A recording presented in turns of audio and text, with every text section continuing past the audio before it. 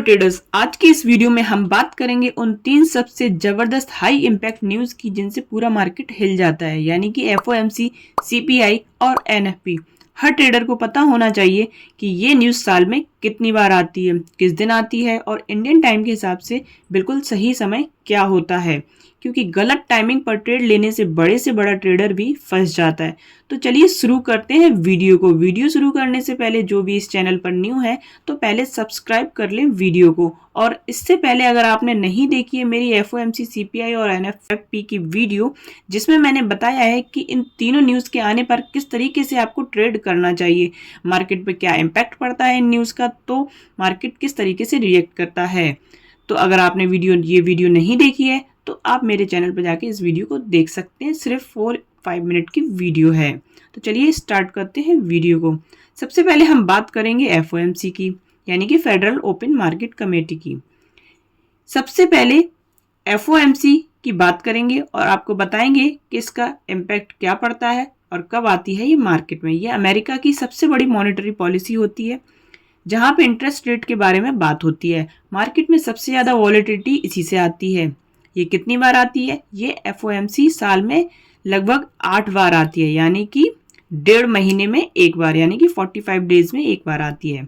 ये आपको जनरली कब देखने को मिलती है? जनवरी, मार्च, मई, जून, जुलाई, सितंबर, नवंबर एंड दिसंबर के पास ये आपको मीटिंग देखने को मिलती है। इसका इंडियन टाइम के हिसाब से एग्जैक्ट टाइम क्या होता है? एफओएमसी का फाइनल जो रिजल्ट आता है, प्रेस कॉन्फ्रेंस होती है अमेरिका की, उसका जो टाइम होता है वो 2 PM to 2:30 होता है। बट इसको अगर हम इंडियन टाइम में कन्वर्ट करें तो इंडियन टाइम के हिसाब से ये नाइट में 12:30 AM से 1 AM पर आती है। मतलब अगर एफओएमसी वेडनेसडे को है तो इंडिया में इसका इम्पैक्ट रात को 12:30 को आपको देखने को मिल सकता है। अब ट्रेडर्स को क्या जरूरी है, क्या करना चाहिए? जब इंटरेस्ट रेट बढ़ेगा या घटेगा तो पूरा मार्केट बदल जाता है। फॉरेक्स, क्रिप्टो, इंडेक्स सब में तेज वॉलेटिलिटी आपको देखने को मिलती है।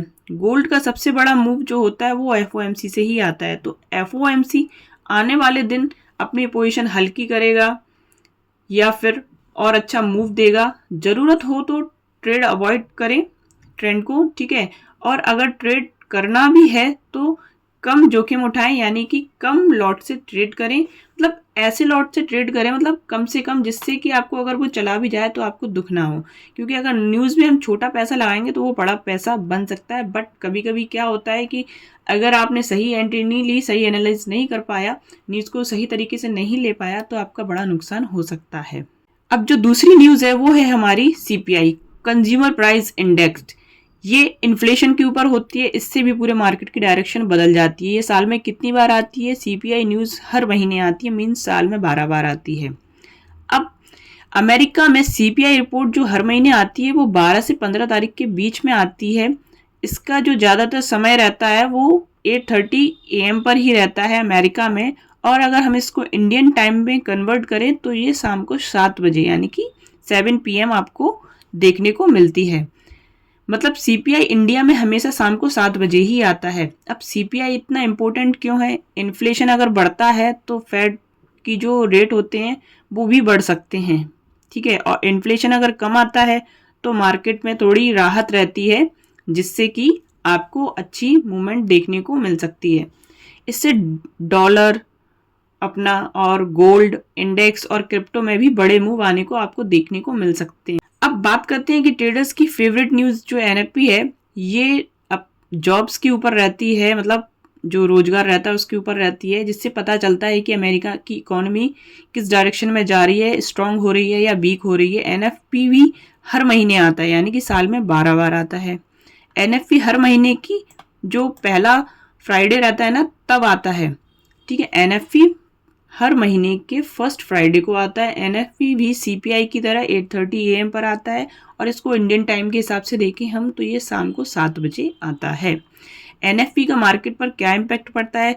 गोल्ड में आपको 300 to 700 पॉइंट का झटका देखने को मिल सकता है, मतलब ऊपर नीचे मूव देखने को मिल सकता है। और फॉरेक्स में भी आपको 40 to 100 पिप्स का मूव देखने को मिल सकता है और नेस्डेक में और डो जोन्स में भी आपको तेजी से उछाल देखने को मिल सकती है या गिरावट देखने को मिल सकती है। क्रिप्टो में भी इंस्टेंट वॉलेटिलिटी देखने को मिल सकती है।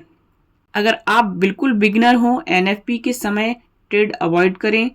अगर और न्यूज़ बेस्ड ट्रेडिंग करने के लिए आपको सबसे कम अमाउंट अपना रखना चाहिए। जितने छोटा से छोटा लॉट होता है, कम पैसों से आपको करना चाहिए।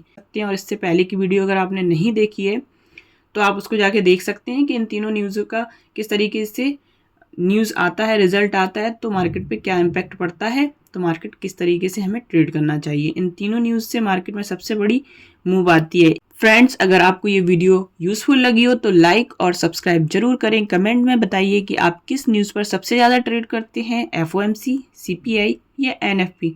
मिलते हैं अगली वीडियो में नए कंटेंट के साथ। और कमेंट में अपना प्रॉफिट बताना बिल्कुल ना भूलें कि आपने इन न्यूज़ से कितना ज़्यादा प्रॉफिट बनाया।